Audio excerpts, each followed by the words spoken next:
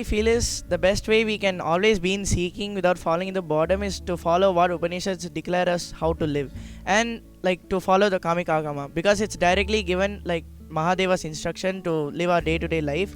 When we start living that, we get the inspiration to live our life as per how Mahadeva declared it to be. So when we start living the Kamika Agama, boredom doesn't come in our life and we'll be living with inspiration. Adding to what he said, what I think is when we make each decision from the context of I'm the consciousness and I'm making this decision and everything around me is also part of me, what I think is naturally we won't fall into that boredom. When we have that context, whenever we make a decision, we won't fall into boredom.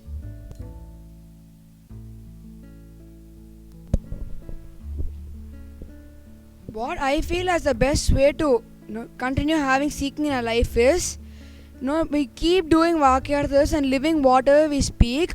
We will not entertain boredom in life, because when we do Vakyarthas, we dig into our deeper and deeper levels of our inner space and consciousness, and then when we apply that, we will not allow boredom into our life and constantly be in space of seeking.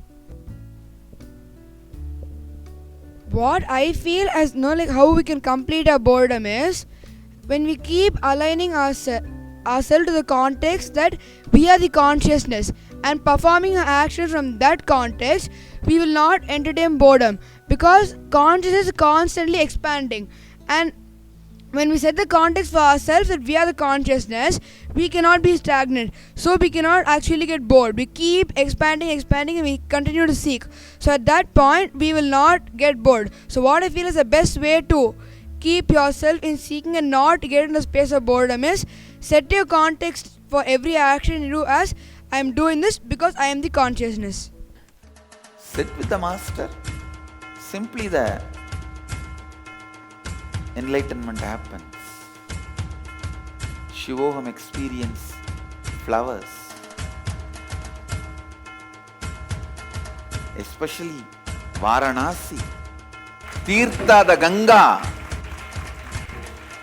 In Kamikagama, Mahadeva says, Ganga is the ever pure water. Ganga, Tirtha, Sthala. What better Sthala you will get than Varanasi? His very own address. What better place you will find? And Achala Murti, Viswanatha, Sachala Murti, Gurudeva. And the concept you are going to work is Shivoham. After death, where you are going to go, prepare yourself for that. The best place to prepare yourself for the journey of after death is Varanasi. Actually, this Varanasi inner awakening is going to be the experience of Upanishads, literally. Varanasi is the place where you live even death. You live even death.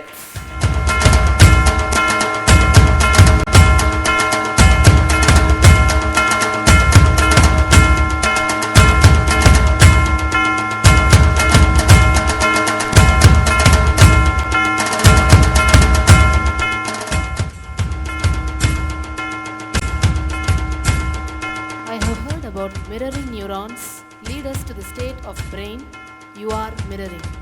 Does this mean in Shivoham in Varanasi, we actually mirror Shiva's neurons? Yes. Shiva's left is neuron activity and his very DNA still as Varanasi. Please understand, Varanasi is the DNA structure of Mahadeva. You will just not only mirror Shiva's neuron activities, you will just pick up the DNA, the very DNA of Mahadeva. Please understand, the whole Varanasi is DNA of Mahadeva. Ganga is the water washing Mahadeva.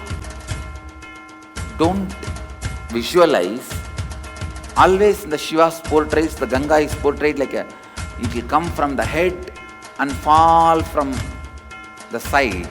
No, it comes from the head, falls all over him rolls on his body and flows.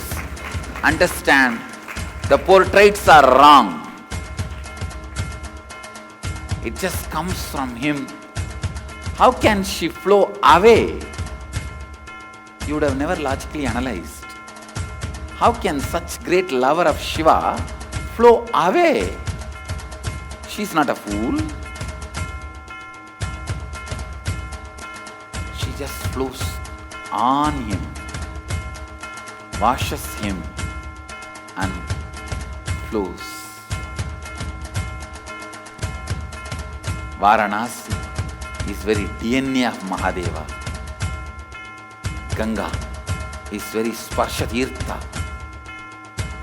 Snana Tirtha of Mahadeva.